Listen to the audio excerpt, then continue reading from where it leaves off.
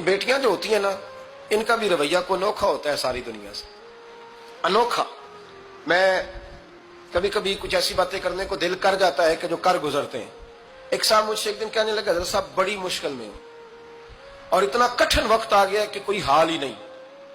میں نے ان سے کہا کہ اپنی اماں سے دعا کراؤ، مسئلہ ٹھیک ہو جائے گا۔ کہنے لگا اماں تو انتقال کر گئی۔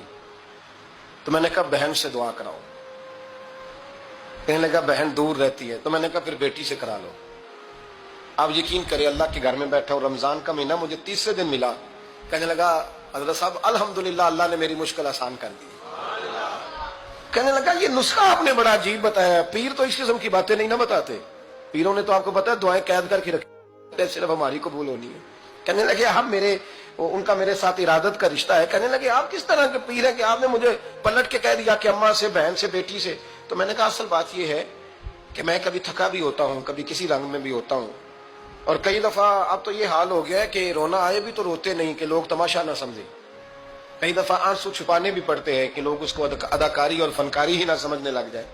تو میں نے کہا یہ جو بیٹی ہوتی ہے نا، یہ جو بہن ہوتی ہے، یہ جو ماں ہوتی ہے، اس کو اشارتاً بھی آپ کان میں کہہ دینا مشکل میں ہوں تو یہ رات کو رو رو کے مصلی بھگو دیتی، یہ رو رو کے دعا مانگتی ہے بیٹے کے لیے، بھائی کے لیے، باپ کے لیے۔ اس کا رنگ ہر بیٹی پیار کرتی، اور یقین کریں کہ کلیجہ ٹھنڈا ہو جاتا ہے جب بیٹیاں چھاتی پہ لیٹتی ہیں تو لطف آتا ہے کہ اللہ کریم نے اس ننھی سی کلی میں کیا ٹھنڈک رکھی ہے کہ سارے دل کا جو ہے بوجھ اس نے ہلکا کر دیا۔ تو بتائیے پھر میرے نبی پاک کی شہزادی کی حضور سے محبت کتنی ہوگی۔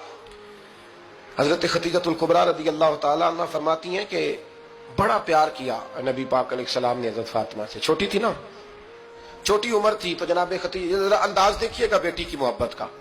حضرت خدیجہ فرماتی ہیں حضور جب گھر آتے نا تو دروازے پہ کھڑے ہو کے اونچی آواز میں فرماتے السلام علیکم۔ کہتے ہیں حضور نہ سلام لیتے، میں جواب دیتی، اپنے گھر حضور آئے ہیں پر نبی پاک دروازے پہ کھڑے ہیں۔ فرماتی ہیں کھڑے رہتے حضور، میں پھر تھوڑا ہنستی اور پھر میں کہتی فاطمہ سنتی ہو؟ اماں جی سنتی ہوں۔ فرمایا تمہارے ابا آ گئے ہیں دروازے پہ۔